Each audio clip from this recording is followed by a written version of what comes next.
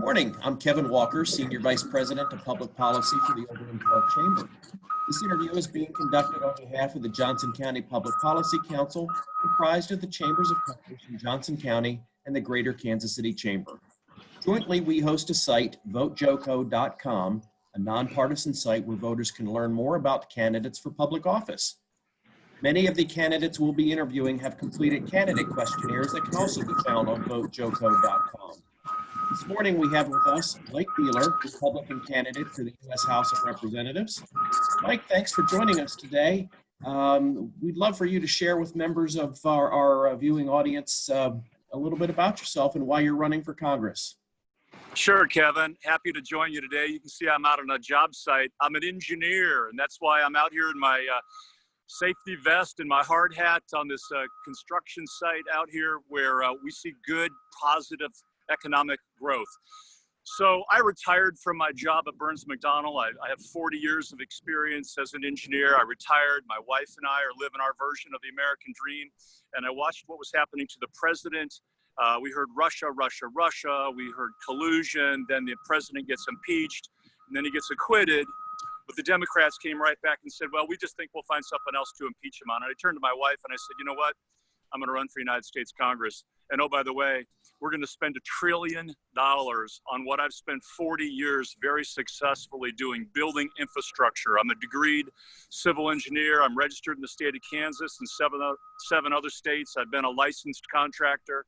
I'm a fellow in the American Society of Civil Engineers. So I have rich experience. And I said, you know what? I'm not going to sit on the sidelines while I watch our country, in turmoil. This was before COVID. This was before things started happening in the streets. And I'm glad I jumped in when I did. And so now it looks like we're going to spend $2 trillion on infrastructure, roads, bridges, water, wastewater, a new airport, seaports, the 5G network, the electric grid. These are all things as a civil engineer and somebody that's worked in the electric utility industry for 40 years, I know very, very passionately. And Kevin, when you look at the major employers in our community, Black & Veatch and Kiewit and J.E. Dunn and McCowan Gordon and HNTB and Populous, and the list goes on and on and on. Burns & Mac on the other side of the border, Populous I mentioned, Garmin. I mean, it's just an exciting thing to think about having an engineer with that kind of rich experience to help us win our fair share of that $2 trillion infrastructure spend. And so I'm running as an engineer on my professional credentials. Kevin, one thing people asked me when I first jumped into the race, hey, Mike, why are you getting into this race? I said, they said, there's already some other candidates in the race and you're all conservative Republicans. And I said, but the difference is, and now especially post-COVID, when we have 300,000 Kansans out of work and up to 40 million Americans out of work, now is the time for somebody that knows how to create jobs. And that's what I did very successfully at Burns McDonnell. That's why I retired at age 60, because I was very, very good at what I did. And now I'm going to offer those services to the voters of our community. Well, Mike, thanks for that. Why don't we jump right into our questions. Tell me what you see as the top 3 business policy issues facing our country right now. Oh, well, that's an easy one. We got to get this economy back to where it was. You think about where we were in January or February. The market was soaring, bumping up against 30,000 on the Dow. Unemployment rates as low as 3% across all sectors. Everything was just going wonderfully. And we could actually start to have a discussion about maybe balancing the budget. We could have a discussion about how are we going to pay down our debt? How are we going to get fiscally conservative and have some fiscal sanity in this country? And then we got hit with COVID. And so what we need to do, and of course that has devastated our economy. It's trashed, literally trashed small business and Main Street in our community. I could tell you a lot of sad stories about men and women that have spent decades building businesses right here in our community, and they're gone. And employers that want to bring their employees back, but they can't because at 25 to 50% capacity, they can't bring an employee back because the employee's making more on unemployment and $600 a week from the CARES Act that they don't want to come back. They're making more staying at home. This is a serious, serious issue that we need to take care of. It's a huge challenge for us. So number 1, 2, and 3 is jobs, the economy, getting things back to where we were back in January or February. All other things kind of pale in comparison to that. I'd say certainly at a national level, other things that I'd be interested in would be, after the economy, which is just a huge priority, is investment in infrastructure, because I think that's going to create not only a future for us at our age, Kevin, but also for our children and grandchildren. My whole campaign's built on infrastructure, innovation, and inclusion, something the U.S. Conference of Mayors suggested that every candidate run on, even presidential candidates. And it's just a perfect fit for my background. And so I want to see a big infrastructure spend. I'm not going to raise taxes to do it. I'm a huge fan of public-private partnerships, domestic public-private partnerships. And I think that'd be a great way to fund some of the things that we need in this country. And then we'll watch as our big AECs, architectural engineering construction companies that are headquartered or have major offices here, we'll watch as they win their fair share of that. And then it'll ripple through the rest of our local economy. So you don't have to be a big engineering construction company. You could cut hair or cut lawns or be a lawyer or own retail office space, or be a real estate agent, or sell cars or sell condos. I mean, you could do just about anything, and the ripple effect through our economy is going to be incredible. It's going to be very exciting.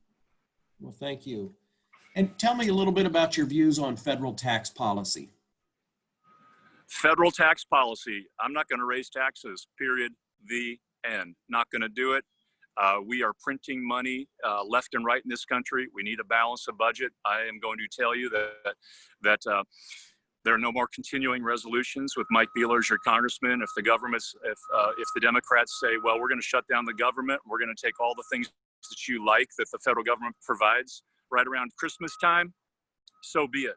But no more continuing resolutions. We're destroying the future for our children and our grandchildren, and we're inflating away any money, Kevin, that you and I have got. We're just inflating away the value of that, like by continually printing money in this country. So we're not going to raise taxes, but we're going to cut spending.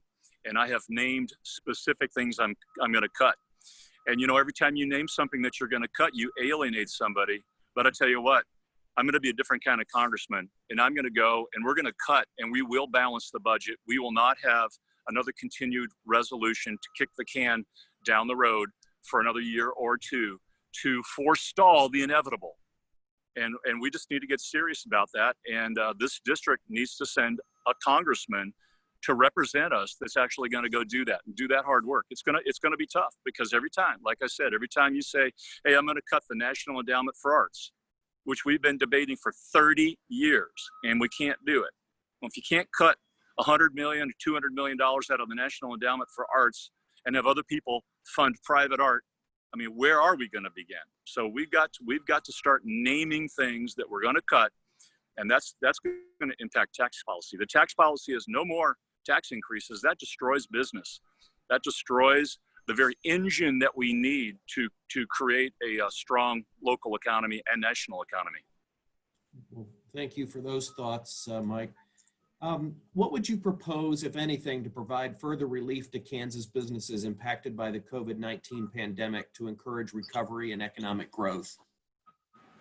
I'd recall our grossly incompetent governor, and send a message to any other elected official that if you're going to do things that are just grossly incompetent, like a Department of Labor that puts money in people's accounts and then takes it out without telling them, or that takes one step forward with a phased plan and then takes 2 steps back. Why are we all wearing masks now when we didn't have to wear masks in March and April? Come on.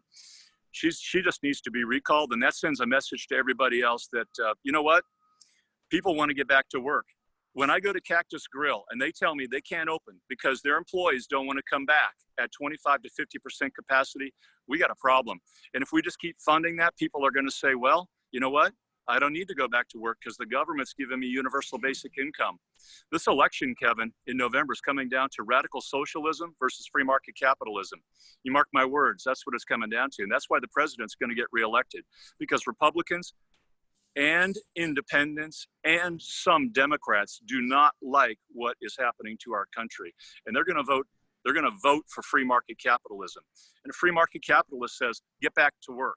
No more printing money that's destroying the future of this country, that's inflating away every dollar in our pocket. no more of that.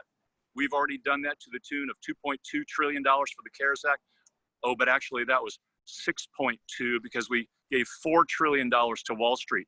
Why? Why do you think the markets are going up right now? I mean, we're desecrating statues and churches, and there's fires in the streets, and we're throwing frozen water bottles at our police officers, and there's tyranny on television every night, and the markets are going up. Why? It's because we took $4 trillion of printed money, and we're putting it into the stock market. We need to stop doing that. We need to say, okay, business, okay, employees of business, you don't get any more federal bailout.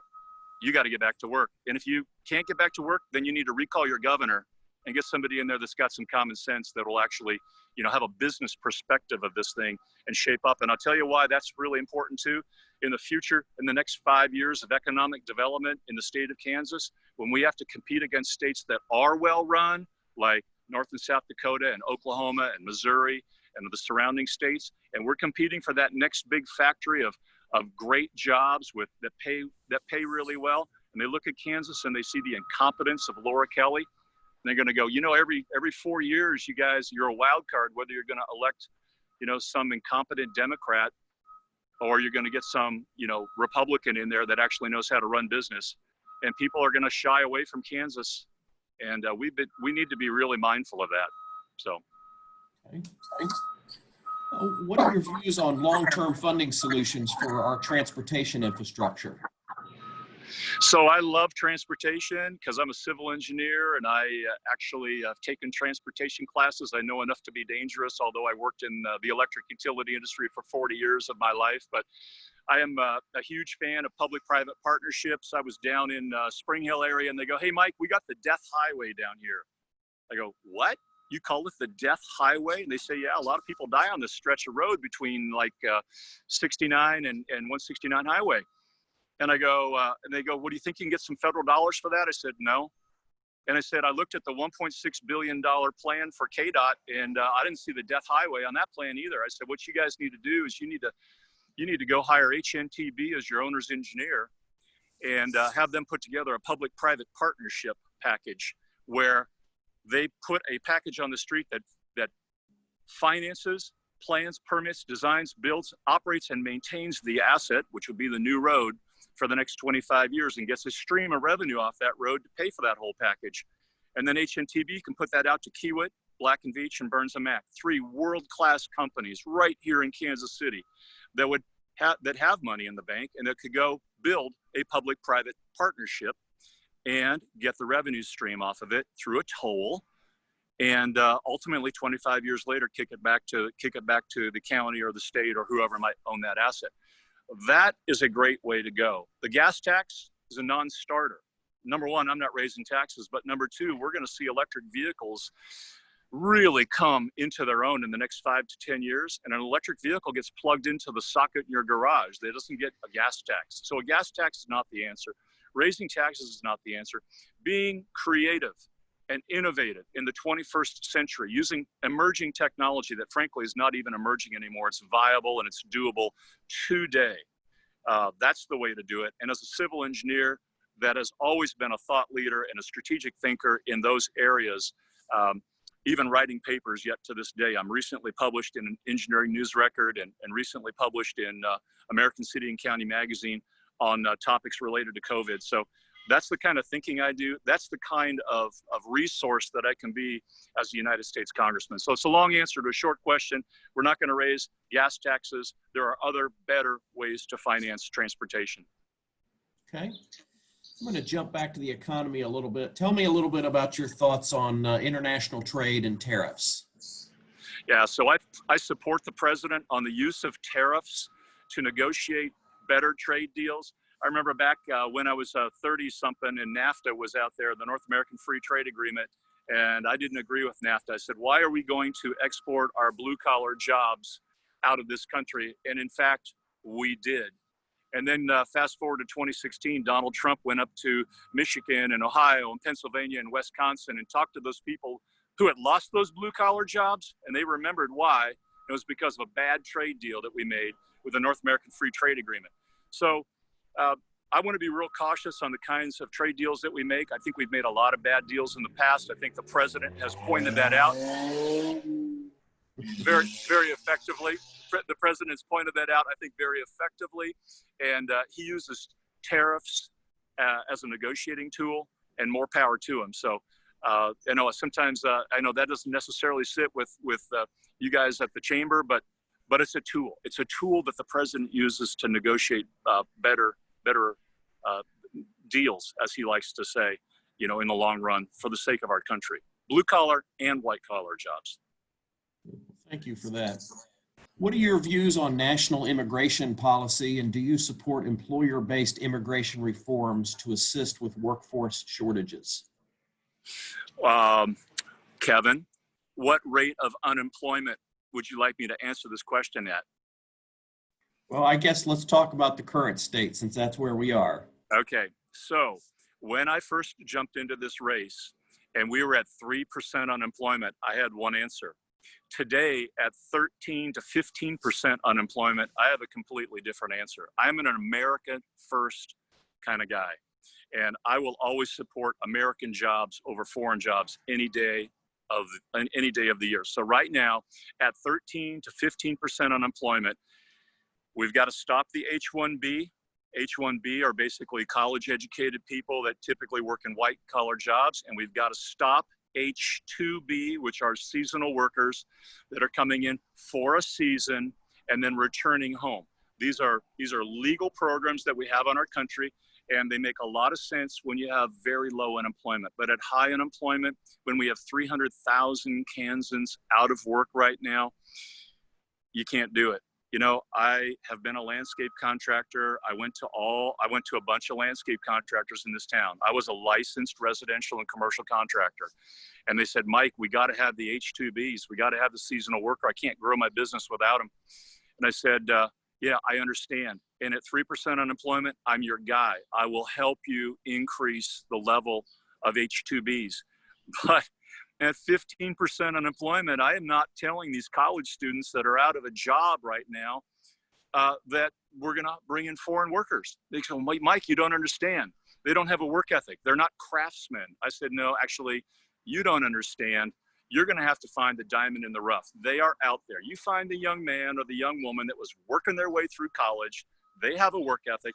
You train them in what you need, and they'll get out there and they'll get the job done. But I am not going to stand before the voters of the 3rd Congressional District and say that I'm bringing in 100,000 new H-2B workers from Central America and Mexico while we got 300,000 Kansans out of work. I'm just not going to do that. Appreciate your thoughts on that. What do you think the federal government's role is with our healthcare system? Right now, healthcare, look, I'll preface by saying healthcare has been a Democratic issue every election cycle of my adult life.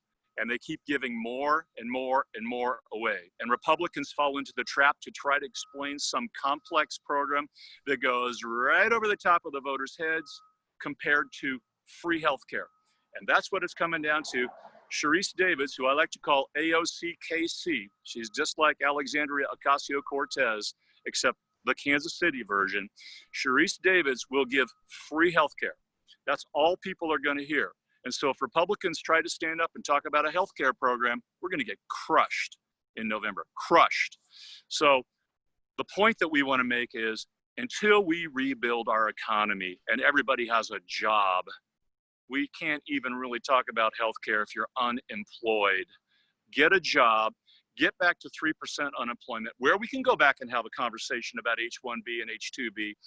Get back to 3% unemployment, where employers have to compete for labor. And when they compete for labor, they will compete with wages and benefits. And among those benefits will be medical and dental and eye care. And you'll get choices of programs or insurance programs, hospitals and doctors. And when you have choices, you get better quality and you get better value. So that's the answer. To try to talk about a healthcare program right now when 300,000 Kansans don't even have a flipping job, it's wrong, and we'll get crushed in November. Okay. And the last question I have before we give you a chance to make a closing statement is, what do you think most distinguishes you from your opponents in the race? So right now we have massive unemployment. 15% unemployment is just horrible, especially when just back at the beginning of the year, the economy was rocking. You know, we were at 3% employment across all sectors, record low unemployment for all sectors of the socioeconomic and demographic community. You know, the market was hitting, you know, 30,000. We had just won the Super Bowl. The Royals were getting ready to open up. I mean, life was good. We were going to go on spring break. Our children were going to graduate from high school and college and actually have a prom and have a senior show and have graduation, and life was good. That has been flipped on its ear right now with COVID-19 and our response to the pandemic. And that, you know, the result of that was 300,000 people out of work here in Kansas and 40 million Americans out of work. So here I come running for the United States Congress as a proven jobs creator. I traveled. I was the epitome of a road warrior. In the last years, I was on the road over 150 business days a year. I was in New England. I was in California. I was deep in the heart of Texas. I was selling work and creating jobs for thousands of people, not only across America, but right here in Kansas. And that's what we need right now. Somebody that's a proven jobs creator, that's got the professional credentials to stand up against AOC KC, whose background is mixed martial arts professional wrestler with a law degree from Cornell. I don't know how she went from Johnson County Community College to Cornell, but she did. And she is not the one to represent this district. This district is 38% Republican, 30% Independent, 30% Democrat. Why do we have a liberal socialist Democrat representing us in Congress right now? And the answer is we shouldn't have and we won't have if Mike Beehler is the nominee out of the Republican Party. We have our debate tonight. Early voting starts tomorrow, and the election's on August the 4th. Who wins that election? If I win that election, Kevin, I will win the seat. I've got a plan to take on AOC KC head on.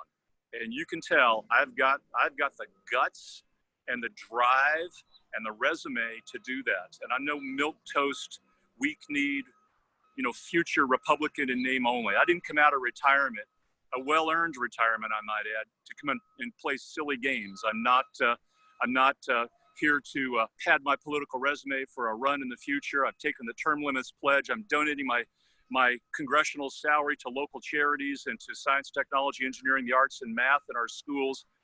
I'm doing that because I can, because I love my country and I care passionately about this community. And that's what I offer the voters, and I think that's going to be a very solid message in August and in November. Mike, I appreciate that. And do you have any final thoughts you want to put out there before we wrap up? Yep. I think Americans are watching what they're seeing right now on television. They're watching that and they don't like it. They don't like this view of radical socialism. They don't like everything being given to them for free. They know that free really is a misnomer. They don't like to see their churches desecrated, their statues pulled down. They don't like it when the police are attacked and we talk about defunding the police. I mean, come on, where does that come from? When you call 911, you want lights and sirens to come to your house and to be there to support you. So the American people, when I say the American people, I'm talking about Republicans and independents, and yes, some Democrats. They don't like it.